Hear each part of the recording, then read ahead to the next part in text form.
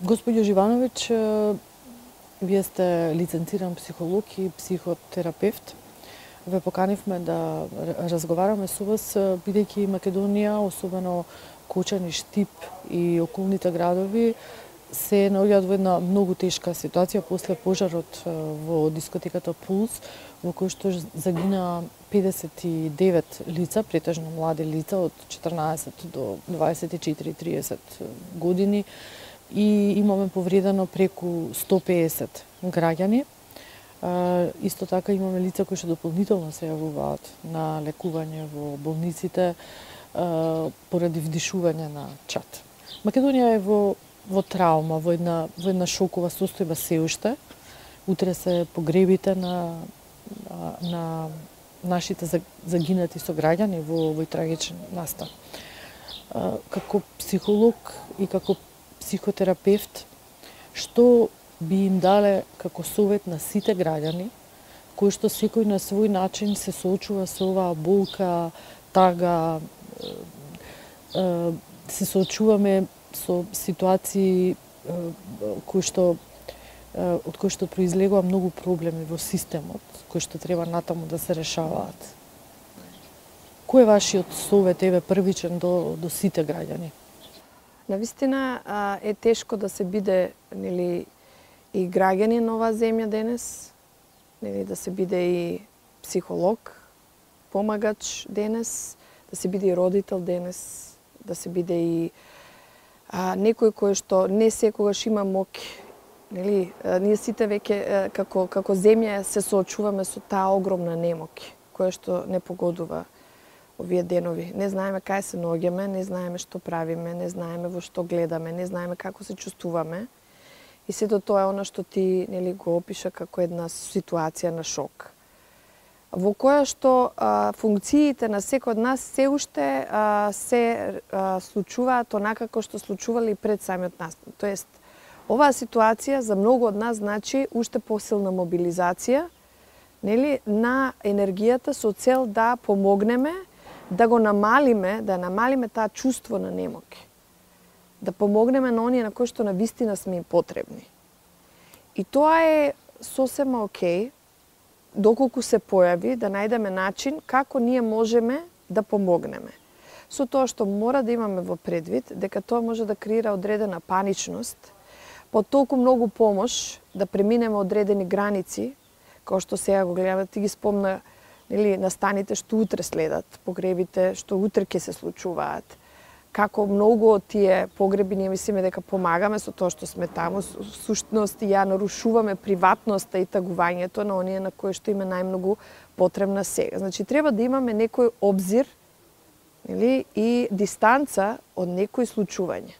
Значи ние сите страдаме, но не сечија болка е толку голема и интензивна во овој момент, иако на колективно ниво, или ова не е изолиран настан, ова е колективна трагедија.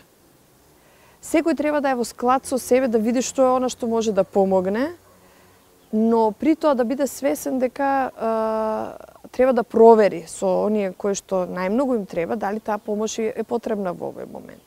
Во овој момент се потребни повеќе помош околу, нели, сместувањето, згрижувањето, негувањето на настраданите, организирање на превоз, сместување на самите семејства за да бидат поблиску до нивните, психолошка поддршка на сите кои што биле на некој начин директно засегнати, а се спремни да ја побараат, сите оние кои што се дел од нивната заедница, нели? Најблиска заедница, па и дури младите кои што преку социјалните мрежи секојдневно сведочат, нели, на тие информации кои што носат една таква дезориентираност и потребност да се реагира веднаш и сега.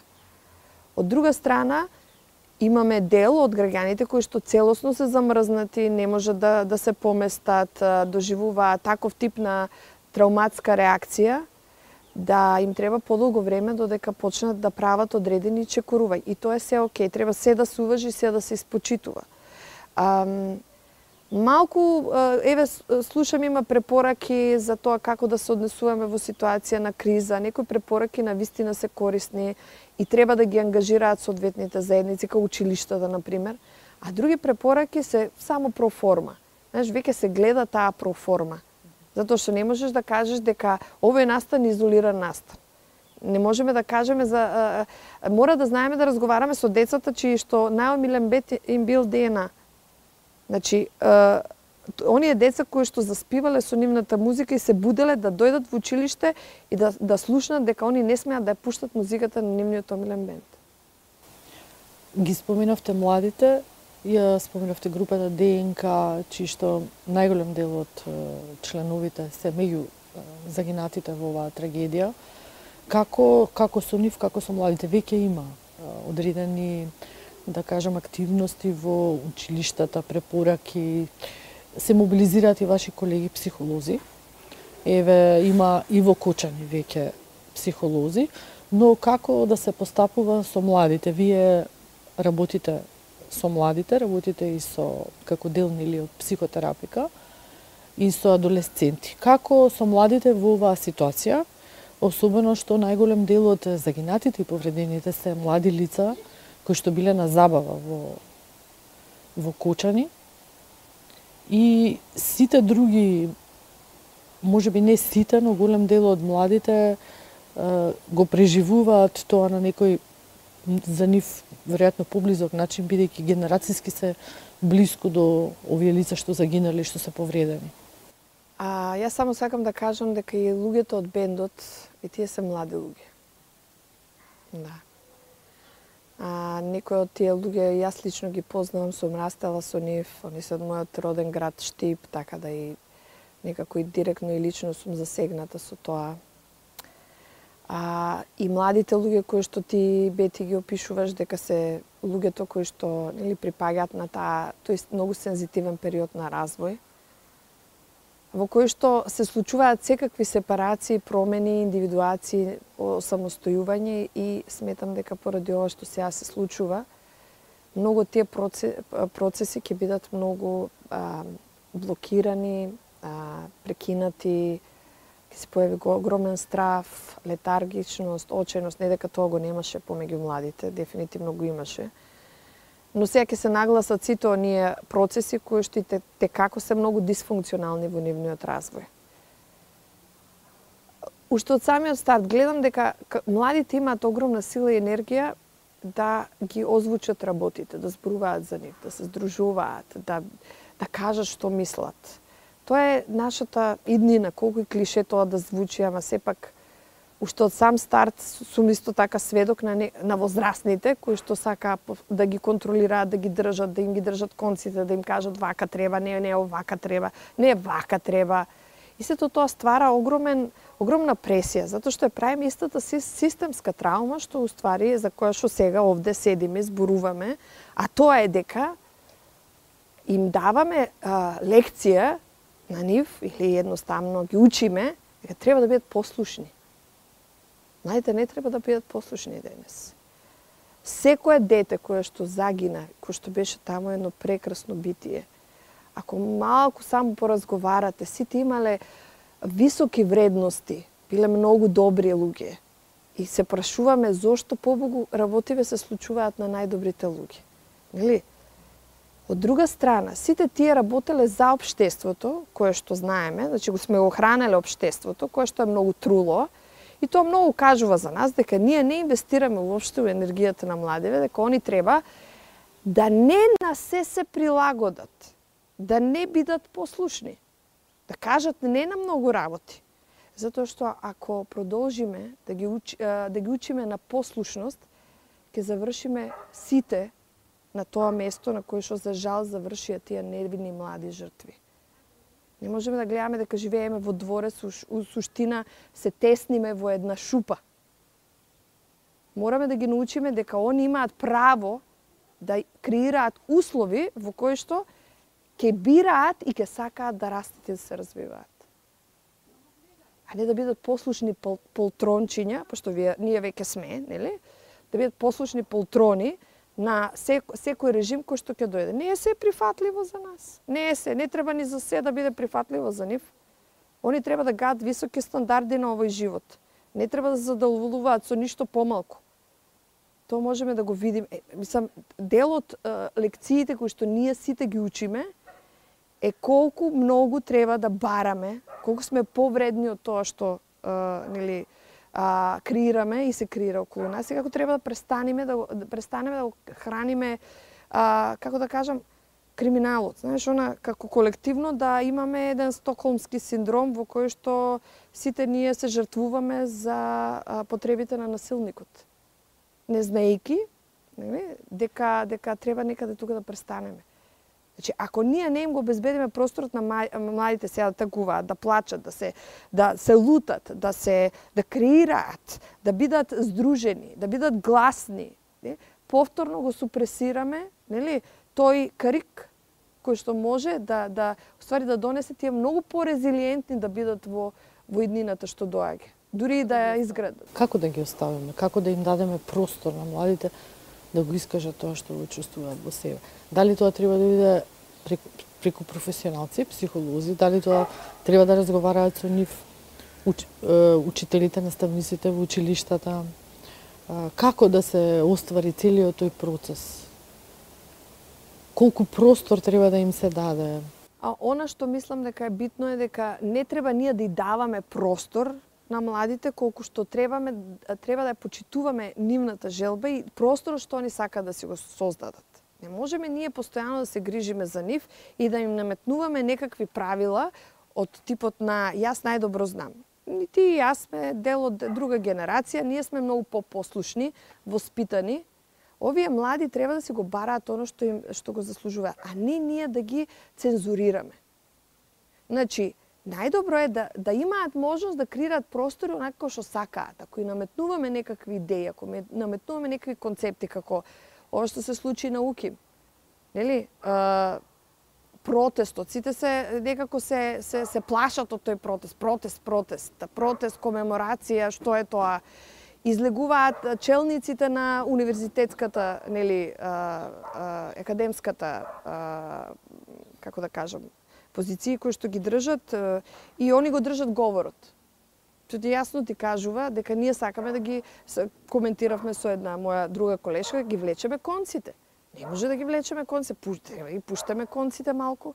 Од друга страна, не се треба да дозволиме да се случи.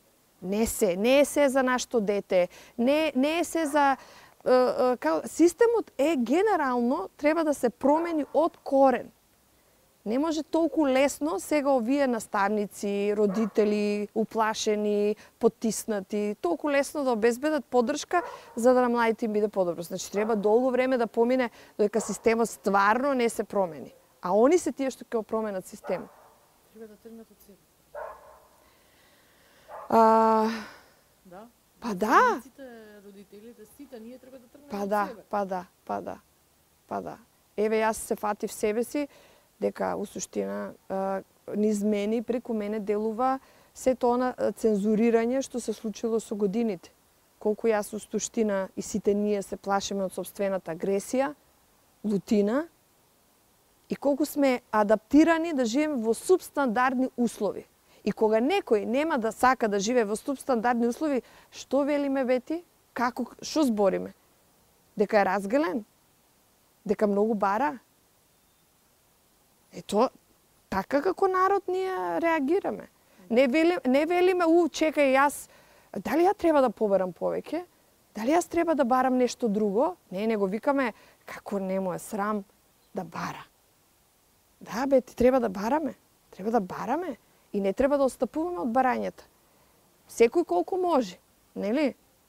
Не може да ми каже некој наставници дека единствено они се борат со цел колектив за тоа дека треба да се зборува со децата за ова што се случува на адекватен начин. Не може тоа да ни биде борбата. Се треба поединци да се борат за да обезбедат услови за конечно нешто да мрдне. Се останува на поединци. Еве да заклучиме, која е вашата главна порека прво до граѓаните и особено до младите, кои што се многу, да кажам, погодени од целата оваа ситуација? Кога се случи сето ова, јас приместив дека имам многу проблем да дишам, да издишам. Некако фаќав некои плитки дишења, не можев да земам воздух. И сватив колку у суштина ова ме ограничува да дишам, а со тоа колку ме ограничува да живеам. Постои две насоки. или ќе бидеме жртви, ќе продолжиме да бидеме жртви и ќе кенкаме и кукаме дека нели други ни се криви и дека ние ништо не можеме, ќе се девалвираме, или пак ќе решиме дека некои работи ќе менуваме. Во таа насока треба да ги почитуваме емоциите и да ги прифаќаме емоциите на другиот, а да го отфрламе нашето чувство на беспомошност и немоки. Да видиме што можеме да направиме во однос на промена на тоа чувство на беспомошност и немоки.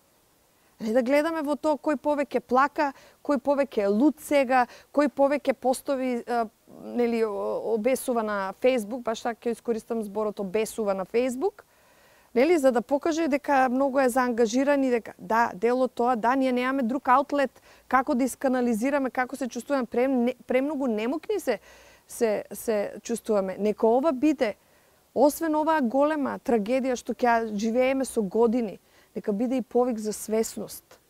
Нека биде будење. За кое што сите ние конечно треба да излеземе од тој длабок сон, а не да ги тераме децата да ни се придружат во спиењето и во хипнозата.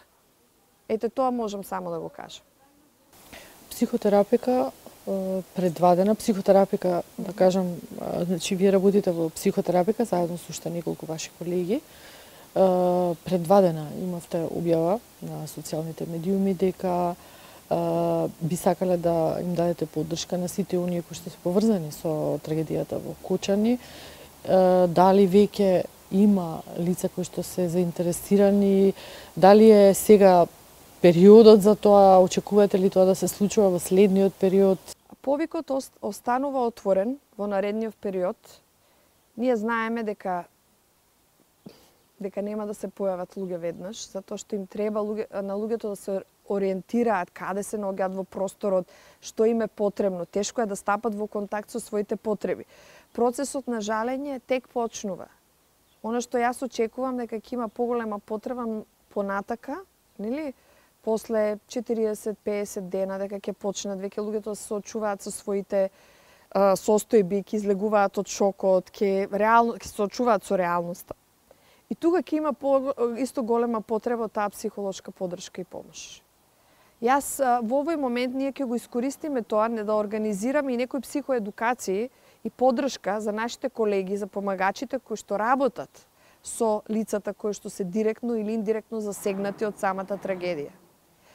Во таа насока сакам да кажам дека тоа не се однесува само на луѓето кои што директно се засегнати, туку за сите оние кои што на некој начин во овој момент ги трошат неизмерно своите ресурси, да ги дадат на располагање на сите оние на кои што им е потребно. Тука ги спомнуваме здравствените работници, медицинарите, така е, полиција, пожарникарите, еве, за жал многу се потресов кога слушнам дека господинот што ги развезувал повредените лица на утре не станал жив, нели, заради тоа што си велам до каде тера оваа системска опресија. Како е можно сето тоа да се случи? Нели, и тоа е само еден, за жал, многу тежок доказ кој што ние го набавуваме за да видиме колку сме злоупотребени. А колку е нормализираме таа злоупотреба. Многу ви благодарам за овој разговор. Посакувам да се сретнеме во други околности, но исто така да се изразиме сочувство за загинатите и да посакаме никогаш ова да не се повтори повеќе. Она што е значено и што ми беше битно кога те сретнав денес, Бети, е да те прегрнам. Ми беше значено да осетам твојата топлина и твојот допир. Тоа не прави човечни. И тоа е една порака што сакам да испратам на другите, дека да не се плашат да се допрат, да бидат заедно, барем за рака фатени. Или во сето оно што се случува, во мог, во тишина, барем за рака фатени.